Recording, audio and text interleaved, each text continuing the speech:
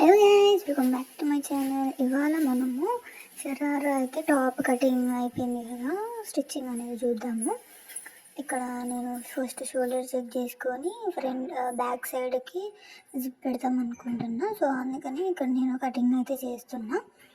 ఇక్కడ నేను ఎంతవరకు నాకు కావాలి బ్యాక్ నెక్ అని చెప్పి చూసుకొని నేనైతే కటింగ్ చేస్తున్నా. రౌండ్గానే పెడుతున్నా, వేరే షేప్స్ ఏమి ఇవ్వట్లేదు. ఎలా కటింగ్ అనేది చేసుకున్న తర్వాత సేమ్ ఎలా అయితే కటింగ్ చేసామో రౌండ్గా అలాగే రౌండ్ కుట్టేసి, దాని తర్వాత ఎక్కడైతే మనం జిప్ పెడదాం అనుకుంటున్నామో అక్కడ కూడా మొత్తం స్ట్రైట్గా కుట్టేసేస్తున్నాం. ఎందుకంటే మళ్ళీ లోపల నుంచి కొంచెం పోగుల్లాగా వస్తాయి కాబట్టి. సో ఇక్కడ నేను జిప్ స్టిచ్చింగ్ అయితే అయిపోయింది. ఆ వీడియో అయితే తీయలేదు, మిస్ అయింది. సో నేను వేరే ఎప్పుడైనా కుట్టినప్పుడు షార్ట్ వీడియోలో చూపిస్తాను. ఇక్కడైతే స్టిచ్చింగ్ అయిపోయింది, కొంచెం స్టిచ్చింగ్ అనేది ఉంది, నేను అది చూపిస్తాను. ఇక్కడ చూసారు కదా, ఇలా 2 ఫింగర్స్ పట్టుకొని మనం వైట్ చేసుకుంటూ దాన్ని స్టిచ్చింగ్ అనేది చేయాలి. చేస్తేనే అప్పుడు మనకి క్లియర్గా కనిపిస్తుంది అన్నమాట. ఏం కనిపించకుండా, జిప్ అసలే కనిపించకుండా మొత్తం క్లారిటీగా వస్తుంది. సో ఇక్కడ చూసారు కదా, మొత్తం జిప్ స్టిచ్చింగ్ అయిపోయిన తర్వాత ఇలా ఉందన్నమాట. దాని తర్వాత నేను నెక్ దగ్గరికి కొంచెం బార్డర్ అయితే అటాచ్ చేస్తున్నా. ఈ వీడియో ఫుల్ లెంత్ వీడియో ఈ వీడియోలోనే ఉందండి, చూసేయండి. మీకు ఇంకేమైనా డౌట్స్ ఉంటే నాకైతే మెసేజ్ కామెంట్ బాక్స్లో కామెంట్ చేసేయండి. ఇక్కడ నేను ఇలా ఫోల్డ్ చేస్తున్నాను, చూసారు కదా, ఎలా ఫోల్డ్ చేస్తున్నాను చూడండి. ఇలా ఫోల్డింగ్ అనేది చేసుకుంటే మనకి వీ షేప్ కరెక్ట్గా వస్తుంది అనమాట.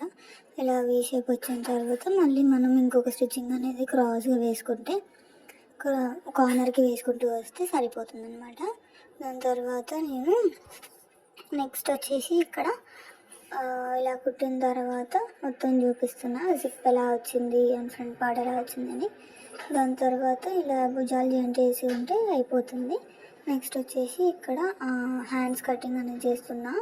లోతు ఎలా కట్ చేస్తున్నా చూసారు కదా, ఇలా మనం ఫోల్డింగ్ చేసుకొని కట్ చేసుకుంటే కరెక్ట్గా వస్తుంది అనమాట షేప్.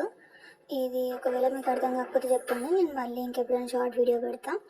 సో నేనైతే ఇలాగే స్టిచ్ చేస్తానన్నమాట. హ్యాండ్స్ అయితే మిడిల్ పార్ట్లో పట్టుకొని అక్కడి నుంచి క్రాస్గా మనం మొత్తం జాయింటింగ్ అనేది చూసుకుంటే కరెక్ట్గా వస్తే అక్కడి నుంచి మళ్ళీ అనేది నేను మిడిల్ దగ్గరకు వచ్చి మళ్ళీ ఇంకో సైడ్కి వెళ్తాను.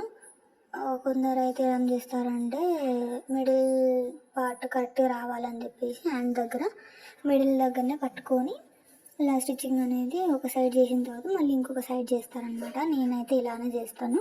అలా డబుల్ స్టిచ్ కూడా వేసేసిన తర్వాత ఇక్కడ నేను విస్ట్ సైజ్ ఎంత ఉందో చెక్ చేసుకొని ఫ్రిల్స్ అనేవి పెట్టుకుంటున్నా.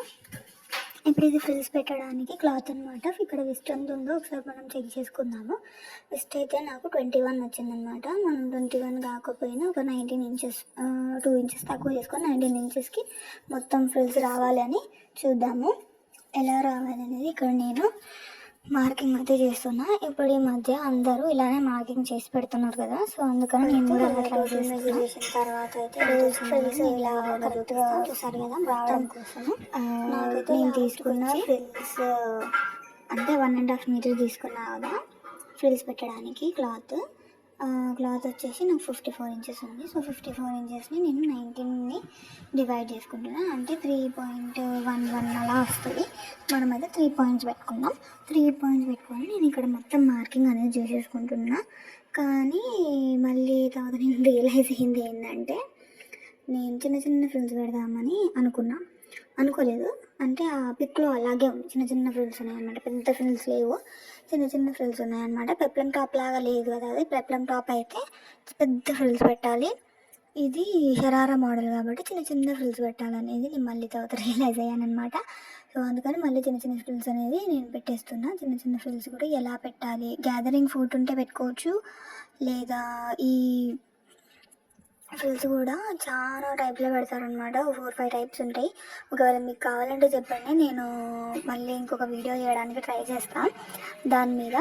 సో ఇదైతే రైట్ సైడ్ మీద ఇలా మనము ప్లేస్ చేసుకొని ఫ్రిల్స్ అనేవి రాంగ్ సైడ్ నుంచి ఫ్రిల్స్ అనేవి ప్లేస్ చేసుకొని ఒక డబుల్ స్టిచ్ వేసేసుకుంటే అయిపోతుంది అనమాట. ఫైనల్ లుక్ అయితే ఇలా ఉంటుంది. స్టిచ్ చేసిన తర్వాత ఇలా చిన్న చిన్న ఫ్రిల్స్ వచ్చేసి చూసారా, చాలా బాగుంది.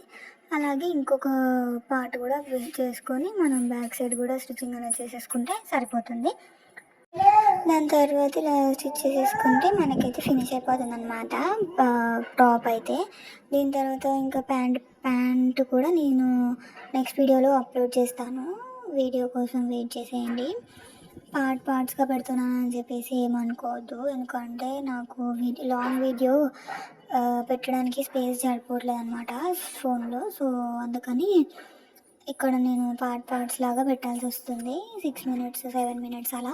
సో ఈ వీడియో అయితే 7 మినిట్స్ ఉంది అరౌండ్. అయితే వీడియో ఎండ్ వరకు చూసి మీకు ఎలా అనిపించింది అనేది ఒక కామెంట్ అయితే చేసేయండి. మీకు అర్థమవుతుందా లేదా అని మీరైతే ఒక కామెంట్ చేస్తేనే నాకు తెలుస్తుంది మీకు అర్థమవుతుందా లేదా అని. సో ఈ వీడియో చూస్తున్న వాళ్ళు ఎవరైనా మీకు సంబంధించింది ఒకవేళ ఈ వీడియో కాకపోతే మీ ఫ్రెండ్స్కి ఫ్యామిలీకి షేర్ చేయండి, వాళ్ళకైనా యూజ్ అవుతుంది కదా. సో ఇక్కడ మొత్తం కంప్లీట్ అయిపోయింది. ఇలా అయిపోయిన తర్వాత మనము ఫిట్టింగ్ చేసేసుకుంటే ఇంకా కంప్లీట్ అయిపోయినట్టే మొత్తము. ఇక్కడ నేను ఫిట్టింగ్ ఎలా చేస్తున్నాను అనేది చూపిస్తున్నా. ఇక్కడ ఆర్మ్ రోల్ దగ్గర నుంచి ఇలా కొంచెంగా మార్క్ చేసుకుంటూ వచ్చి మనం మళ్ళీ హిప్ దగ్గర కూడా ఒక మార్కింగ్ అనేది చేసేసుకోవాలి, అంతే. ఇంకా నేనైతే ఇలానే మార్కింగ్ చేసుకుంటా, మీరైతే ఎలా మార్కింగ్ చేస్తారనేది నాకైతే ఒకసారి కామెంట్ బాక్స్లో కామెంట్ చేయండి. And that's all for the video guys. మీకు ఒకవేళ నచ్చినట్టయితే లైక్, షేర్ అండ్ సబ్స్క్రైబ్. ఈ డ్రెస్ అయితే నేను అవుట్ఫిట్ మొత్తం వేసుకొని చూపించాను నా ఇన్స్టా పేజ్లో. ఒకవేళ మీరు చూడకపోతే చూసేయండి. నా ఇన్స్టా పేజ్ కూడా సేమ్ వైష్ణవి ఫ్యాషన్ డిజైనర్ అని ఉంటుంది అనమాట.